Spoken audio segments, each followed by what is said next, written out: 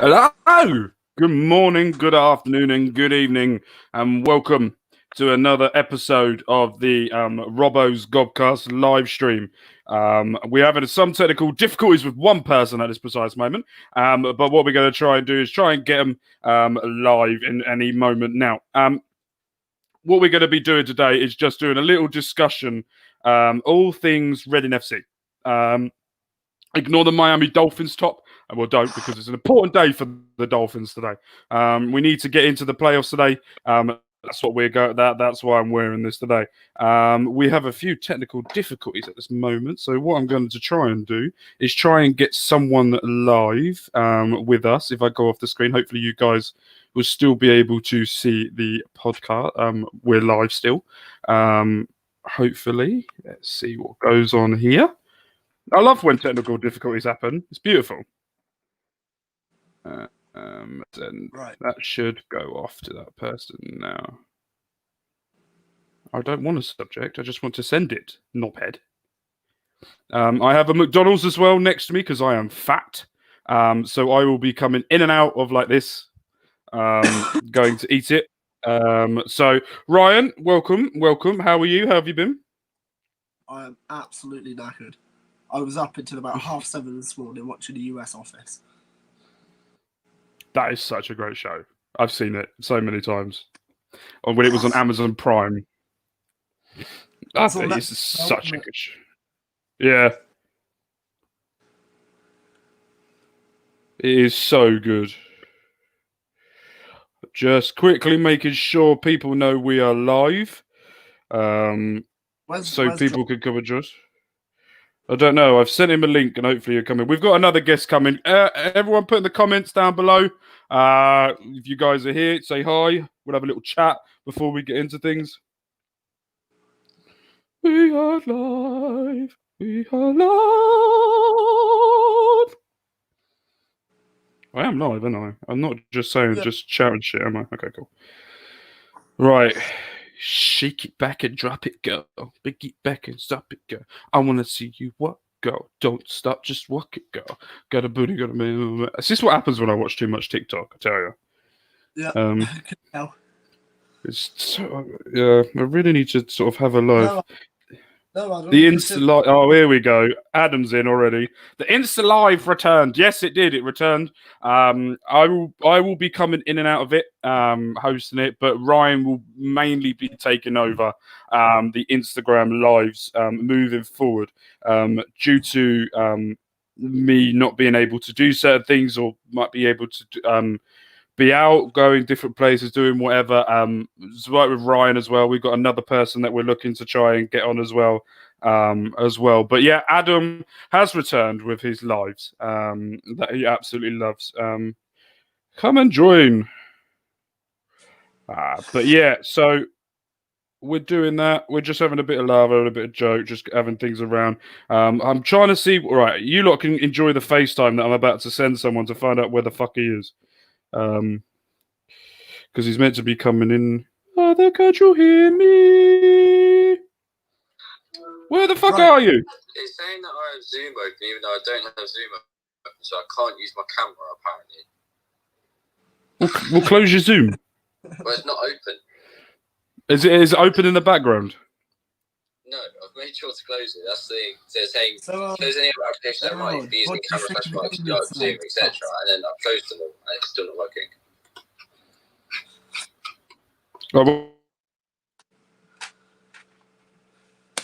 What did you think of the game?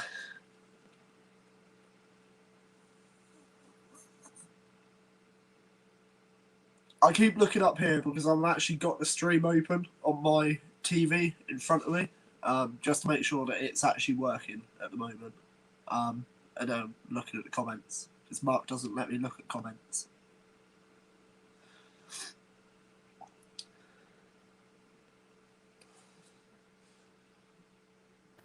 It's very true. I don't let him look at the comments because I am the king of kings. Right, hurry up. It's just annoying because I know I don't have anything. Hello, David. How are you? Alistair's put, come on, Josh, with a smiley face. we can't connect you on here either because it says your mic/cam. Yeah. Oh, you're on now. All right, got rid of you now. Oh, he's gone again. Where's he gone? He's not having a good morning, is he? Let's be honest.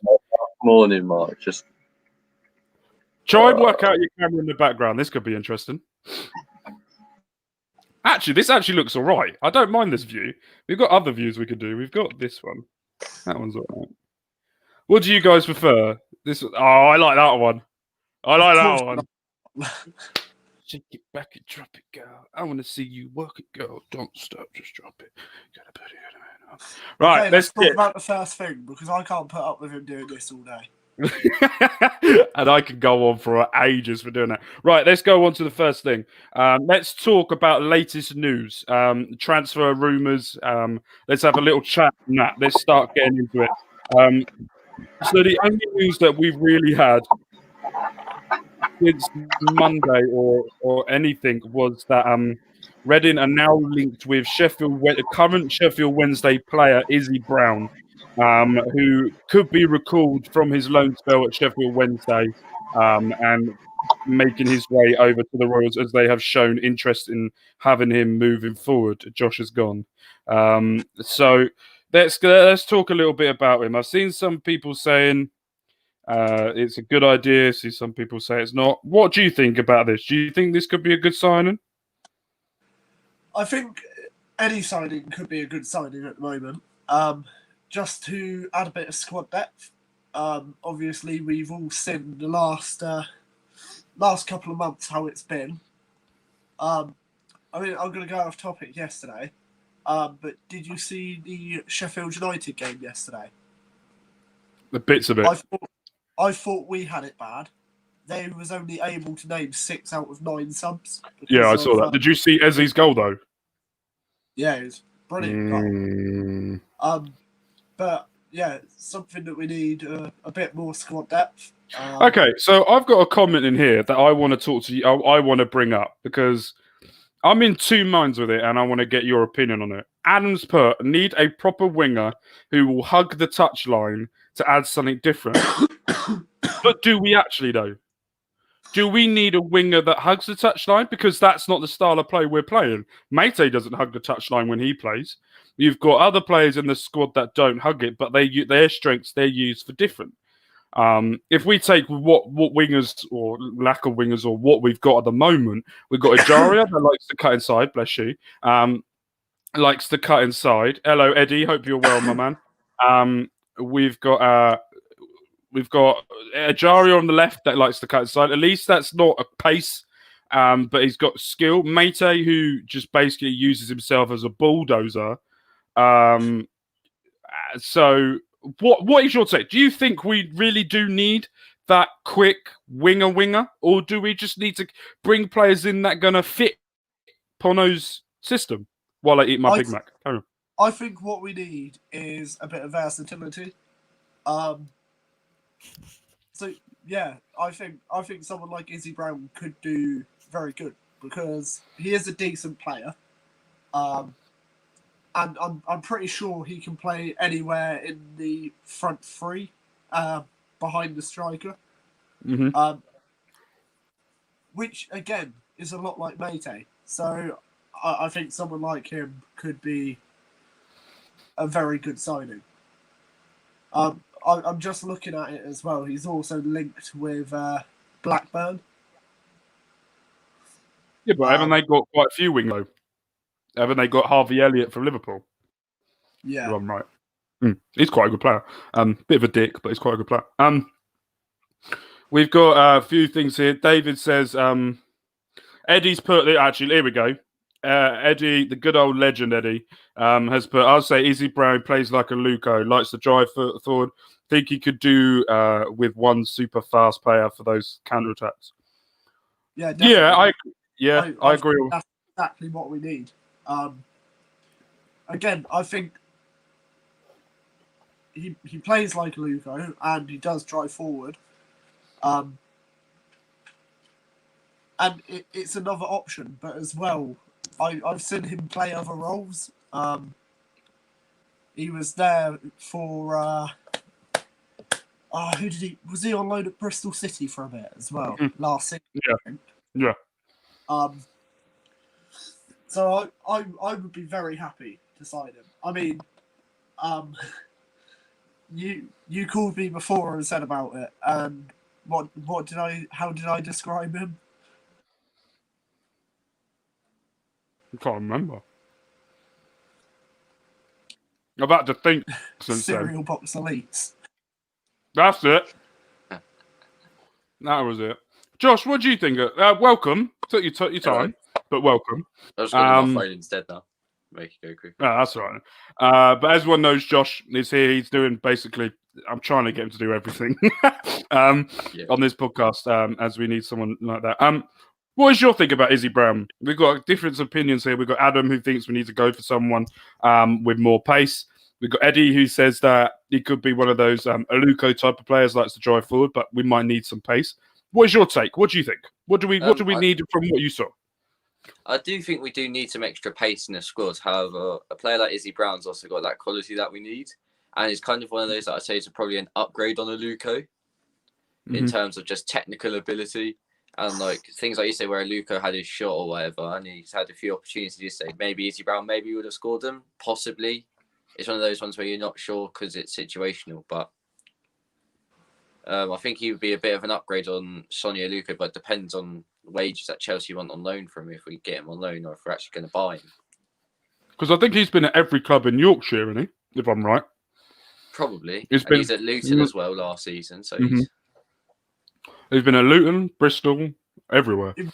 Was he at Huddersfield when they beat us in playoffs? I don't. No, he was in the Premiership with them.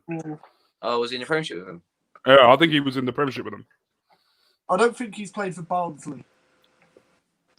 That's next. Come to us for 6 months and he goes Barnsley next season. Yeah, every 6 months he goes to every club in Yorkshire. You can't blame him for that. Hello, Charlie. How are you? Eddie's put. I kind of want to ask is, why has it not worked? So I think Eddie's put. It's a bit different. Oh, okay. Here we go. Eddie's put. Yeah, I'll definitely take him. He only has 5 months left on his contract, so he'll have a ton of motivation to perform for us if he wants to get into a decent club. And I would add on to that to say, or stay at Reading. Adam has always gone for this. He's gone a bit bitter. Do you remember Izzy Brown missing an absolute sitter against us in the playoff final? And then you've got someone else saying, nah, he was there during their promotion. Oh, okay, that's fine then. And then someone else has put Izzy Brown missed an absolute sitter. Did he ever missed? So many jokes, but I'm not even going to start with that as well, which could be interesting. I think you've got to be careful sometimes. Something quite alarming about him, even as an attacking-minded player like he is. 127 games in his career, 10 goals. How many assists? I was going to say. I have no clue. I have it on my iPad, so I can just go and have a look.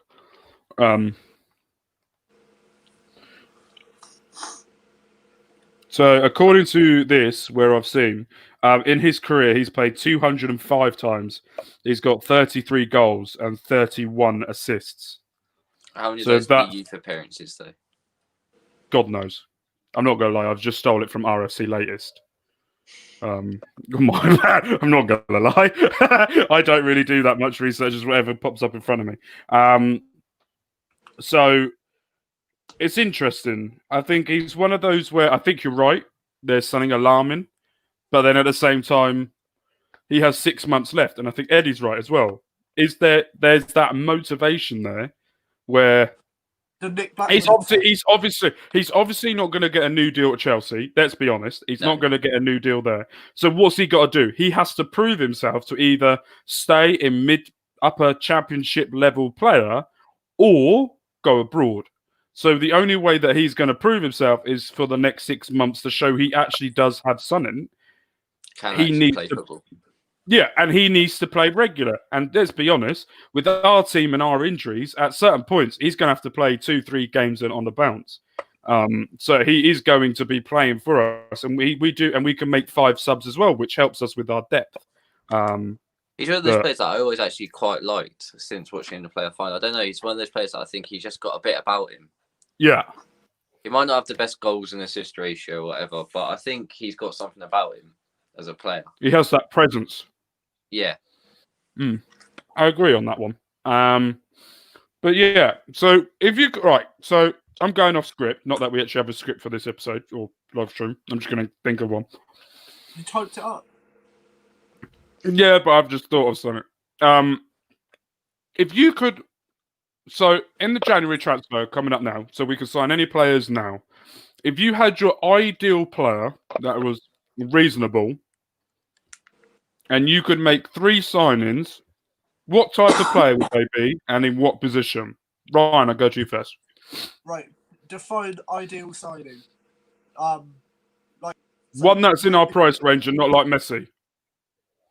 Okay. Well, yeah, but you got to think, what is our price range at this point? Yeah. How much money do you think we've got?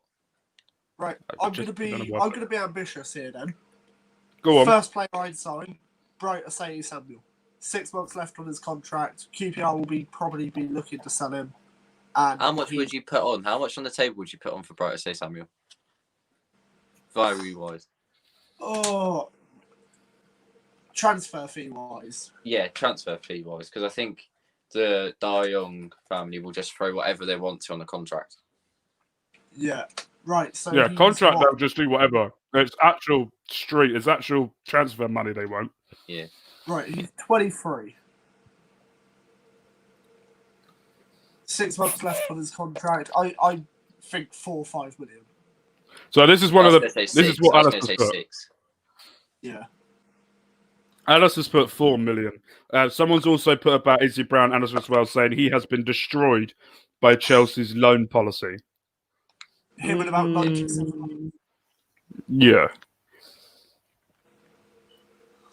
But okay, so you'll go for around about 4 million, 4 or 5 million. So that's a winger.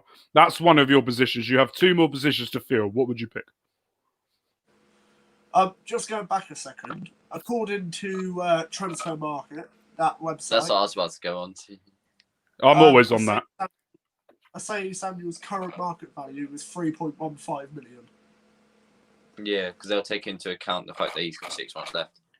Yeah. It's the highest value. All right. So would you pay 3 million for a player that's only got 6 months left? Yeah. Because you risk it. If you pay that 3 million and you're guaranteed to get him, it's better than waiting for 6 months for Premier League clubs to just come in and throw Premier League money at him. Eddie's saying doubt we could spend. Yeah. It depends on. To be honest, Eddie, like I don't expect to spend any money. Our transfer window is just going to be loans and possible frees if we can find one. I think the funny thing is we can't do any pre-contract agreements until February the 1st, if I'm right. And as Eddie said here, the thing that we're going to be aiming for the most is loans and free agents. Okay, then. So the loan players we've got in at the moment is Estevez, Gibson, and Semedo. Semedo has been linked to Premier League club.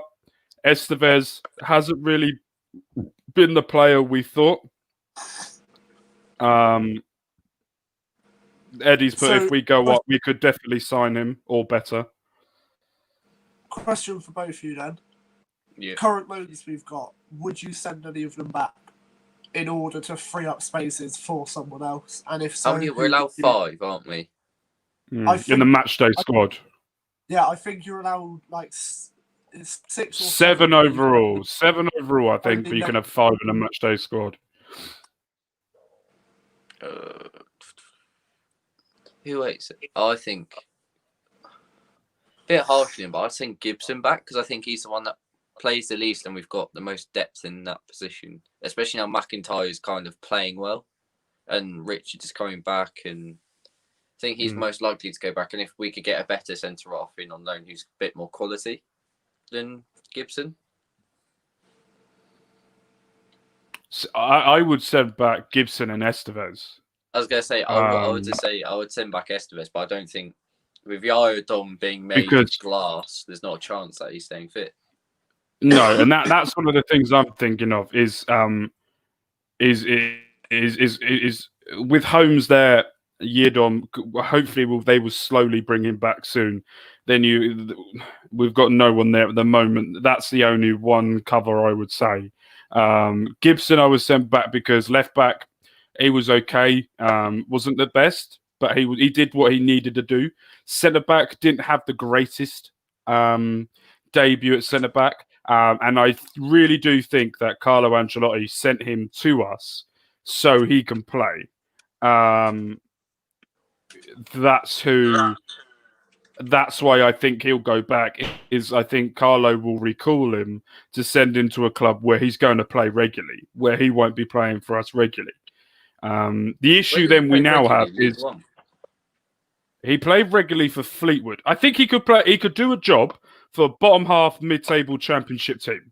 I reckon he could, if he gets a good string of games to him, he could do a bottom half mid-table championship team where they lack of depth. I think he could really do a job for them.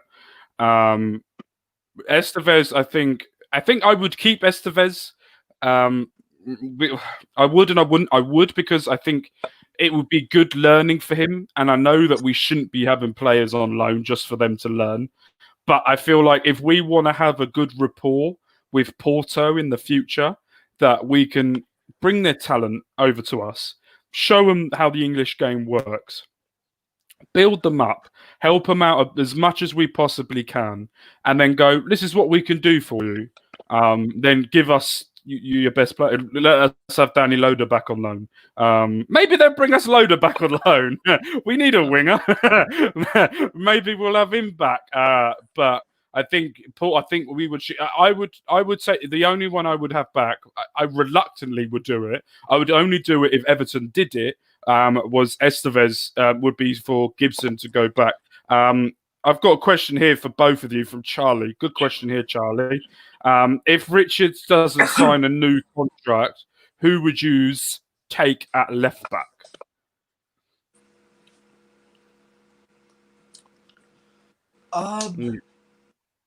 It's a tough one because I've said a lot before. I don't think he is going to be leaving in January.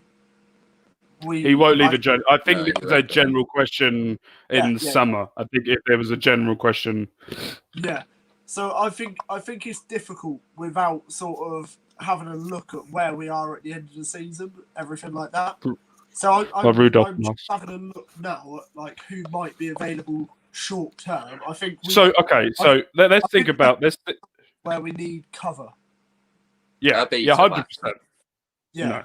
Yeah. So I think someone short term. I think even Gibson can play there, just as a. I think McIntyre's done decent. Yeah. At left back, and I think that's one of the positives we can take from that is McIntyre has done well at the left back position. I think the type of player that they're going to go for a backup or someone that the type of player that I can see Reading going for would be someone between the ages of 17 and 20, and they're going to be quick. They know how to go forward. The issue we have as well is, are they going to know how to defend? We look at Estevez. Then it would be interesting to see how they go from it. I think maybe, and I think Ryan said this. I don't know who said this or someone said this. Is we shouldn't be concentrating in January on getting youngsters. We need experience. And I can't remember who said that or if I read that somewhere or something. But I think that's another point. In the next 6 months, bring someone that's been in and about. I'm going to hypothetically say, bring in a player like Jack Wilshere. For me, his injuries are not going to help. And if we give him a pay as you play, maybe. But with his experience and knowledge of the game, we'll be able to help process and progress our youngsters to that next level. I was thinking about Smith Rowe maybe from Arsenal, but I saw that did last night. Yeah, what a goal that was. That was Yeah. proper Wenger ball last night. I was watching it, I was like, Jesus. Oh, what was I going to ask? I'll tell you what, this person here has a shout, has a absolute shout. And we're not going to get him on loan because he's playing regularly, but I wouldn't mind him. I really rate him. Yeah. Gave away a penalty yesterday. Did he? Oh. Yeah, he gave away a penalty which was outside the box against Spurs. Here we go. So Adam's put this. Think not rocking the boat too much. Could be important this month. Would keep loanies and add a maximum of 3 signings. Stability in the dressing room will be important. I agree with that. Yeah. I think one thing that we need, let's look back at our 2 promotion years. 2005, 2006. Who did we sign in January? I'm pretty sure we signed John Hughes. Bit of experience. And then the one that made me think of this, in 2011, 2012, when we went up, one player we signed in January, Jason Roberts. That's the kind of signing we need. Yeah. Someone that. All right, so we got Benikofovi. What do you mean? He was a good player. He is a good player. It's just he still shame is. Whatever happens to him, but that's a good shout. Alioski's a great shout, but I do think experience is what we need for the next 6 months. But I think and I can see the transfer. And do you know what? It's quite good to see that the club have actually got a transfer policy for once, instead of just going, "It'll do." Excuse me. And I completely agree. To this, Elise chat, let's go on to him a sec. If Elise had a release clause, surely he would be on a plane to Italy. Absolutely. There's no such thing as a bloody release clause. I don't believe there is. If there is a release clause, then I reckon Man City or someone like that would have triggered it by now, with how low he's on. And the Rumours release clause being that low as well, only about 10 million. It's just being at least 10 million, you would snap that player up. Look, I've just got a stat here for everyone. Most assists in Europe's top 5 league plus the Championship this season. Kane is on 11, Elise is on 8, Grealish, De Bruyne, Coman, and Muller are all on 7. And he's better than Grealish. Everyone's those are all fairly experienced players, aren't they? Yeah, and Grealish is apparently everyone's best player, and he just loves driving around when he's drunk and during COVID because he's a fucking idiot. I'll tell you what, I've just seen the best comment from Adam. I think John Halls is a model now. Someone needs to Google this to see if he is. I'm pretty sure he is, yeah. I'm gonna try and see if I can see it. I'm pretty sure. But right, let's get into the game. Let's have a little chat about the game, and then we'll go on to get Shane Long in. That was the question I was going to ask. I saw him in the Oracle the other day. Oh, for fuck's sake! Yeah, he is a model with GQ, John Halls. Love it, absolutely. Adam's put, he's aged like fine wine. Get your dick down, Adam, you dirty perv. Get Shane Long in. He's definitely in the Oracle on deadline day, isn't he? He's definitely in the Oracle. Of course, he always is. I'm waiting for that. We should do a drinking game of a live stream of every time we see Shane Long's in the Oracle, or I've spotted someone in the Oracle. Have to do a shot. Right. Before we get on to just sat here on stream on deadline day. No, because I appreciate my liver. yeah. Right. Huddersfield. Let's talk about the Huddersfield game, shall we? Ryan, I'm going to go to you. Well, actually, I'm going to go to Josh first because I don't like Ryan. Josh set up his own fashion business. It's not model. Has he actually? Yeah. Oh my god, this day's getting even better and better. So let's get into the Huddersfield game, shall we? What did you guys make of the starting 11? 4 changes that came into it. I'm just going to get it up. That's what she said. You said you've watched The Office US. Have you seen the bit when they say, right, you cannot say, you have to be prim and proper. You cannot say that's what she said anymore. And he walks out the office and John starts going, it's really hard. It's really big, blah, blah, blah. And then he goes, that's what she said. Like that. And they have to get him in and discipline him again. Oh, such a fucking love that show. It's so good. Have you seen the I'm going off topic now, but have you seen Ricky Gervais at the Emmys at Steve Carell? So a year before, Ricky Gervais, who was the executive producer of the US office, they won the award for best show or something like that. Or Ricky Gervais won the award, but Steve Carell went up and got the award. But he didn't give the award to Ricky Gervais the whole year. He hid it and would never give it to him. So when he turned up the award show, Ricky went, right, where is he? I want my award. I want my award. Where is he? And then he saw him in the front row, goes, oi, give me my award. And Steve Carell just stayed there and just stared at him and just didn't say anything or do anything. He goes, and then Ricky goes, I made you. I can break you. Now give me my award. And he just goes off on. I was like, this is it's just absolutely epic. Right, that Ricky killed Gervais time. is a Reading fan as well, isn't he? Ricky Gervais is a Reading fan. He was born and raised in Whitley. Which and he uses it on some of his stand-up tour, talking about Whitley as well. It's quite funny, some of the stuff he says. He says it goes off in the office going, "I've got other place, got Bracknell." It goes off about places in Berkshire.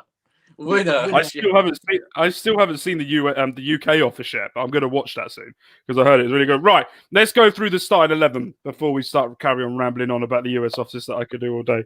Right, the starting 11 was Raphael, Holmes, Richards come back.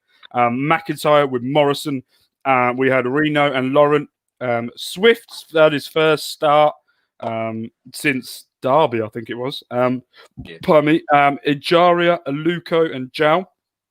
The bench was Southwood, Estevez, Dorset, Watson, East, Semedo, Elise, Baldock, and Puss to the cast for the first time since before the international break. He's been able to come back and be in the squad. 4 changes, Jao back in the squad. I know before the game, Ryan, you said you didn't want to risk it or risk him. What did you make of that starting 11, the both of you? I take it back.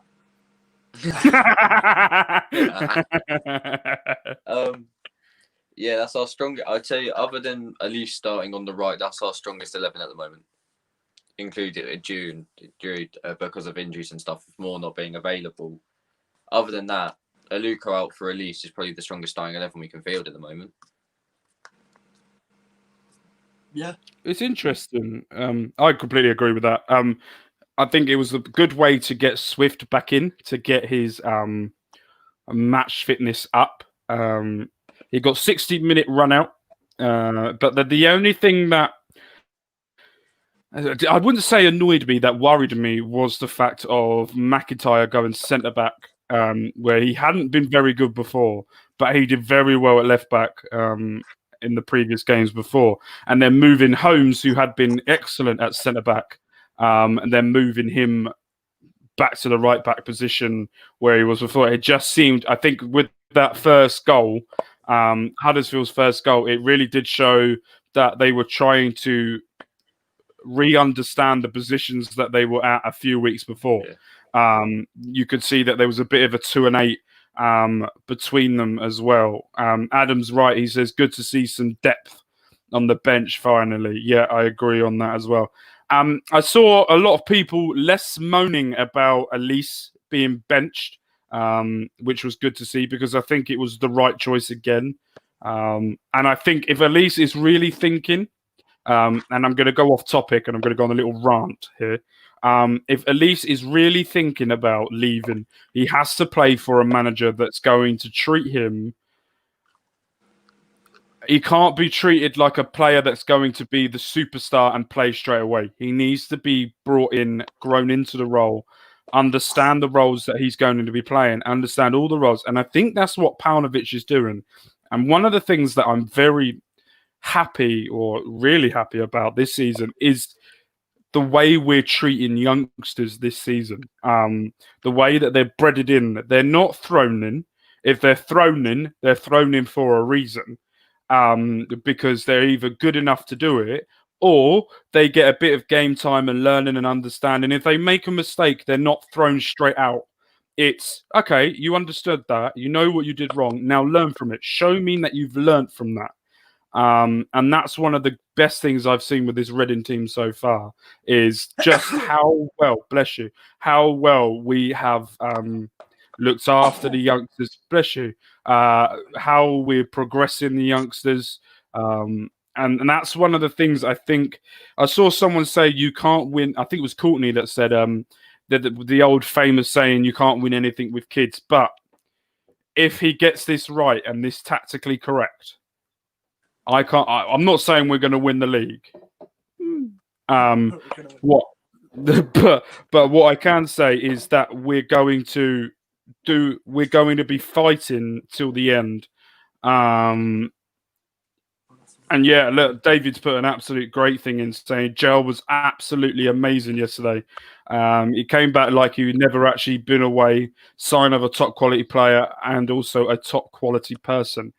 Let's talk about this. I want to talk about Lucas Gel while I bend down and pick something up out my back. I'll talk about Lucas Gel. I have had this discussion before. It was actually Alan Hansen as well. Yeah, it was Alan Hansen. Who did I say it was? Courtney. No, Courtney said it on the podcast, but Alan Hansen said it before. Yeah. Fucking hell. I was like, let's talk about Gel. Do we need another Gel in this team? Because let's be honest, when we put Baldock in, he hasn't performed well at all. Puskas, yes, has performed well when he's been fit. But do we need that younger... Are we missing that Pedro Mendes type of player that we missed out on in the summer? Do we need in January a backup for Gel to, one, strengthen the depth of our bench, but two, he seems to still have these niggling injury issues that he keeps getting and still having them, maybe to give him a bit of rest?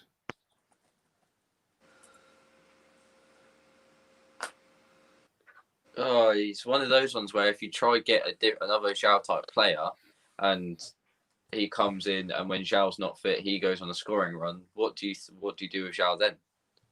Rotation. We don't want. I said to Adam on the Instagram live yesterday, I think we just need Puskas back at full fitness. That's what I was going to say. Yeah, I think the way that strikers work is you look at, like, Puskas would have been watching the last 6 months, seeing Zhao getting 18 goals and assists in 17 games, thinking he's playing unbelievable. That competition is for places. So now the way that Puskas needs to be looking at it is, well, I'm not going to get in this team ahead of him. I need to play well so I have a chance of getting in this team. If you have two strikers scoring goals for fun, what we want is, we want Paunovic to have a headache all the time. Yeah. We want him to look at a team and think, well, I don't know who my best team is. Not because we're not playing well or anything like that. We want him to have a headache thinking, who's our best team? Because everybody has a reason to be in that best team. Mm-hmm. Or we could get Diego Costa on a free for 6 months as he's left Atletico Madrid. You've just talked about balancing the squads, and then your next suggestion is, let's get Diego Costa on in a 6 month free. If I had my choice, I would side Diego Costa, Luis Suarez, and Mario Balotelli just to see the shits and giggles. I was going to say, it's like my suggestion the other day. Oh yeah, let's get Balotelli in. Just for the shits and giggles to see what could actually happen. That would be. I think he'd do quite well in the Championship. He could do quite well. It wasn't he linked to Barnsley at one point. Balotelli, if I'm right. Yeah. Don't. Oh, that would be fun. I would love that. In terms of quality, but in terms of his past, I'm going to now check Mario Balotelli's stats for this season. I think Mario Balotelli in his career at Man City only has 1 assist, and his only assist that he had was for Aguero's goal. What an assist that, though. Can we please stop talking about Balotelli, and can you get Adam's comment on the screen?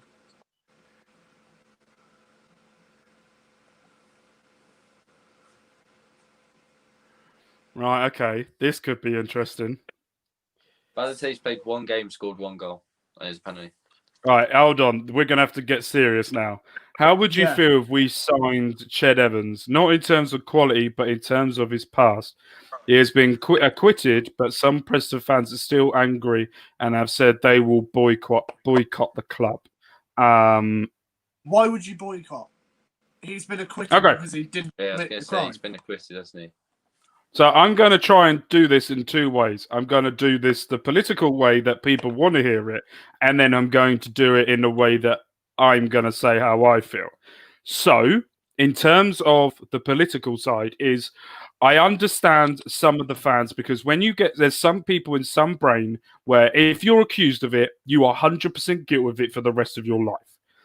The issue you also have as well is no matter what happened, if he's been acquitted or whatever, people will always go to that in his past. And that's one of the downsides to culture, to society that it is these days. It is, if you're blamed for something, you're 100% guilty of it, no matter what the end result of that is. Okay, that's political. This is my side. Those fans that do boycott the game need to fuck off and not support that club anymore because they're dozy twats. Simple. If someone has been found not guilty, they're not fucking guilty. Ched Evans turned up at Reading Football Club, signed, hold a Reading shirt up, I'll support him. No matter what. I will always support him. Because he went through what was the worst. Right, I've never gone through it, and I hope I never go through it, and I won't ever, whatever happens, just won't do it. But for someone to go through that, and then have the fight afterwards to fight it and not give up to a point where he was found that he was telling the truth. For me, he is a very good striker. He is a very good striker. I would give him the opportunity to see if he could do it for us easily, any day. I would give him the opportunity. But you're still going to have dickheads because it's football, and the footballing world don't ever know how to let things go or how to compare things or take the piss out of things. He's not Adam Johnson, where he did what he did and he's gone away for however long. He got found acquitted, and Adam Johnson's admitted to it. So at the same time, 100% agree that it's one of these terms that you have to be very careful with on this type of show. But if your other podcasts, but we're not like any other podcast. We'll just say how it is on Pot Royals. So we will say what we want to say on here. So for me, if Reading turned around to us and said, will he upset the dressing room? If he does, okay, so this is one of the things that we've got people need to get out of their head. If people get upset in the dressing room, they're not the type of player I want playing for my club. Because this guy has been found not guilty. So he has nothing to come back to, and there's no reason why anyone should feel upset with anything because he hasn't done anything. If he done it, then fuck off. If he set fireworks off in his Balotelli, I love him. Set fireworks off, then I would understand if people are upset in the dressing room and play. But he hasn't done anything to upset a dressing room. He's just had a situation that he got put into that should never have happened because someone's lied about it. We have to be very careful what we say on here because we're not targeting anyone. We're just saying what we want to say on here as well. So for me, if Reading in the next couple of days signed him, I would be fine with it. Couldn't give a shit if people are upset. I want to ask a question quick. I'm asking anyone, and I think Adam will probably know the answer. But did Jessica Ennis ever apologise for the impact she had on the whole situation with him and Sheffield United? So. Yeah, because she said she was going to have her name taken off a stand, wasn't it? When they signed him. No, he was already there. Basically, she said, "I'm going to remove any affiliation with the club." Yeah, that's the one. They don't terminate his contract. He's not done anything wrong as well, which is like, I don't think she ever did. Thank you, David. I'll take that. I'm going to put that on screen because it made me feel good. I'm going to lie. Thank you. She did, I think. No, I don't think she did. So this season, right, let's talk about Ched Evans, the person himself. This season so far, he has played 17 games, got 5 goals, 2 assists. It's not loaded properly for me. He's played 21 games. he's never off the currently bench with with 7 Joey goals. Barton. Yeah, he's started 14, been subbed on 7 times, got 7 goals. So in 21 games, he's got 7 goals. But my thinking is he's a 32-year-old striker, sort of playing well in League One, but still playing in League One. Is it worth spending however much money and wages on him when we've got a similar kind of player in Puskas or Baldock even possibly? Yeah, It's interesting. I wouldn't sign him. I wouldn't sign I wouldn't him. sign him. I wouldn't sign him. But if we did, you wouldn't. Yeah. Hold on. He's a free agent. Evans was sacked by Fleetwood. He is a free agent. Why was he? Why was he sacked? Why was he sacked? If he's free, then yeah, I would. Sacked by Joey Barton of all people. Probably had a bet on him to be sacked. Due to his discipline and behaviour. Yeah, don't sign is him. what has been released. Here we go. What about that Mendes Lang that was released by Cardiff earlier in the season? Cardiff. No, but no one actually knows Yeah, but why. we don't know what's actually happened to him, do we? Why he got sacked? So surely that let's speculate. the club must know that. The club must know that, surely. Because I don't see why the club wouldn't have gone for him otherwise. Any club. So Mendes Lang has been apparently pictured with Karim Benzema's personal coach on getting back to fitness. But there's no. He's apparently broke his silence, but there's nothing to say why his silence had to be made in the first place. Apparently, this was published 24 hours ago. Let's have a look then.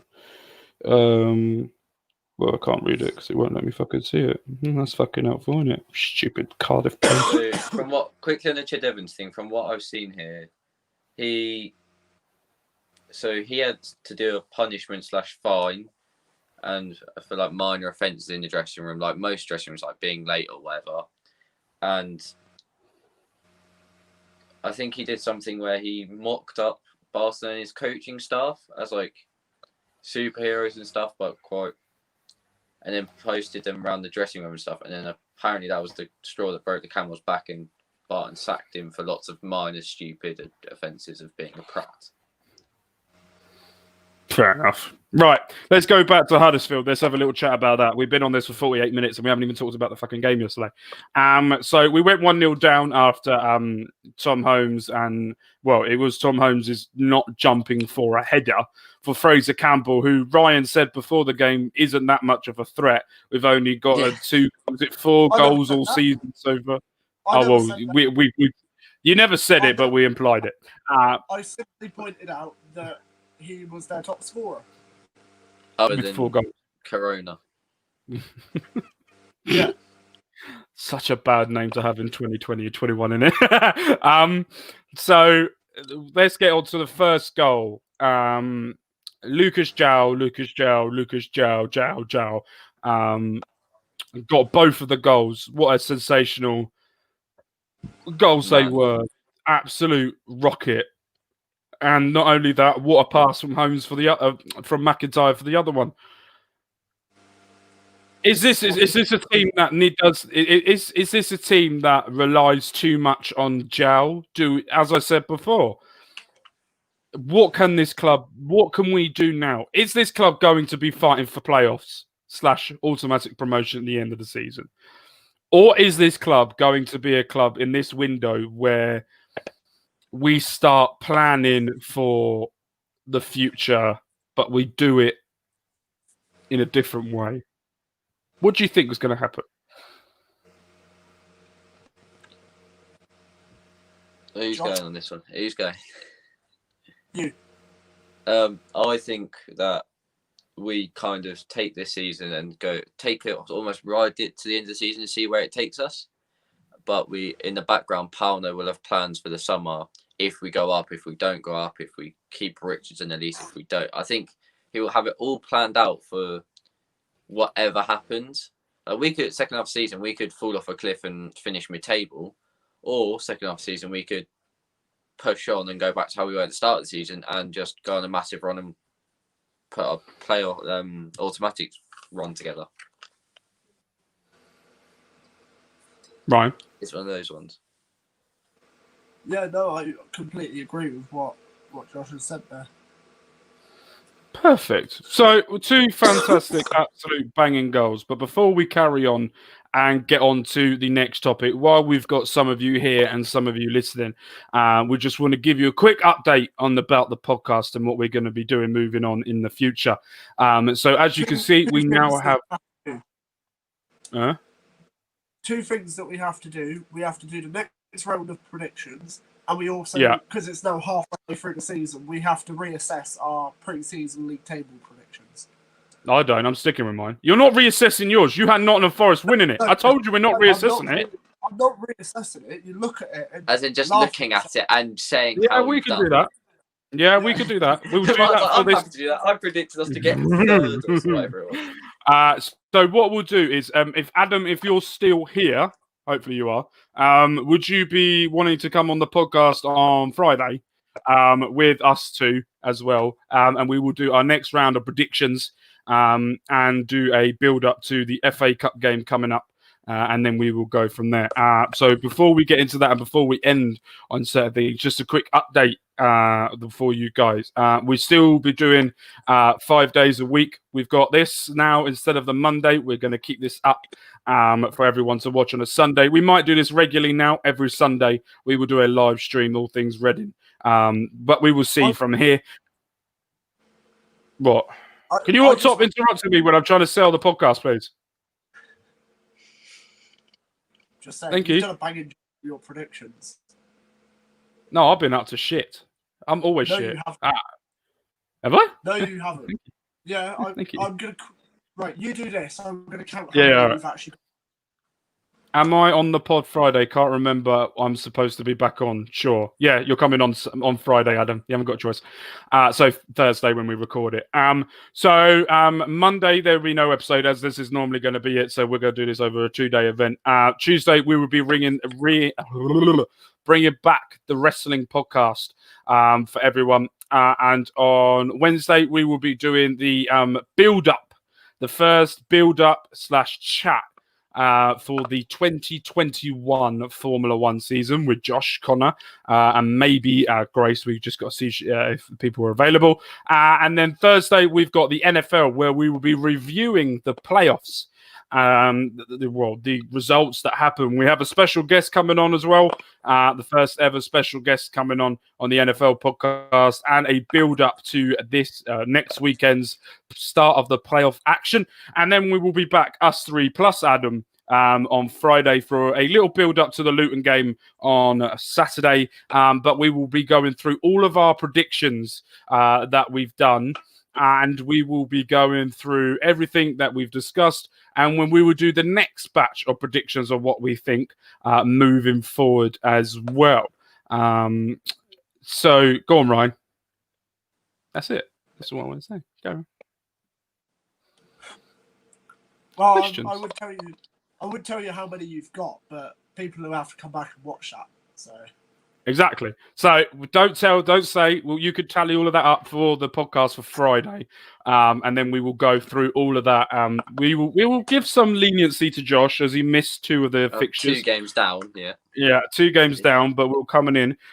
Questions. All of the people that are here now, we're going to answer any of your questions for anything. If there's any questions that Josh wants to ask, if there's any questions that Ryan wants to ask us, if there's any questions that I want to ask, go ahead, ask away. Any questions? Okay, Tickets? revised. Where prediction where only we will finish at the end of the season for both views? I'm sticking with where I'm sticking with where I said we're going to be. Which was 3rd. Right. We're winning the league. Where did you hold on? I'm gonna find what you said. I said You said like 8th. 12. Oh, you said 8. I thought you said No, like 12. I said 8th. I think you had us lower down than that. I can literally show you my prediction now. He's got it up. Oh, here we go. Oh, he's got the spreadsheet up. What she said. Well done, Ryan. Oh yeah, I haven't even looked at my Premier League predictions when we did that to see how well I was doing on that. That's yours. I can't see your Okay, it's not focusing, Ryan. No. I'm not gonna. Yeah, you fucking That's idiot. mine. And I that's can't yours. see that. I'm blind as shit. Yeah, well, you'll have to come back and watch it. So Decent. I can't show you all the predictions now, can I? But one thing I will say, Mark, is you predicted Aston Villa to finish bottom of the Premier League. Oh. Yeah, I did do that. That was more hatred than it was of actually wanting it to happen. And Arsenal to finish 4th. I still stick with that because they're only 3 points off. And Southampton in 13th. Yeah, I might want to take that one back. I put Villa in 18th. It's still 2 better than Mark did, so I mean. Oh, here we go. I found it. I found them now. I've gone through them all. Where's Ryan? Here he is. Right. So what I will say is, with the replies, we're going to go through it a little bit more detail when we do the podcast on Friday. But this was Ryan's top 6, right? So he went Forest, Swansea, Stoke.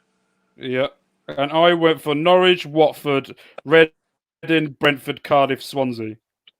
Which, to be fair, I think mine are more likely to happen at this moment. Brentford's in 4th, and Norwich are top, and that's all you've got. Yeah, but I'm close with the others. They're not in the same position, but they're close. Wait, so he has Forest. Ryan predicted Cardiff are in 15th. Not the Forest are first. No, as in where they are now. So you said Cardiff are currently 15th. Forest are currently 19th. Who else did you say? Norwich. Brentford, who are 4th. 4th. Swansea, who are second. And Stoke, who are 8th. Oh, right. This is such an Adam thing, right? I've just seen what he's put. This is such an Adam thing, and Ryan will agree with this. As long as I take 100% take 6, as long as we're in contention. Let's be honest. Adam would take 21st right now. That's so true.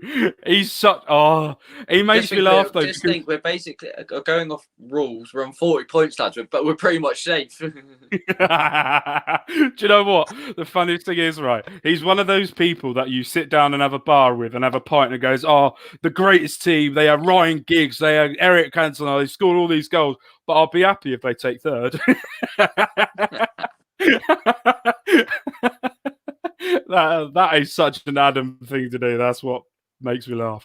But yeah, so we've been doing this for just under an hour now. So we're just going to end the stream there, where we will be doing a. We got a question for Adam. We've got to find out the answer. How many points clear of relegation are we?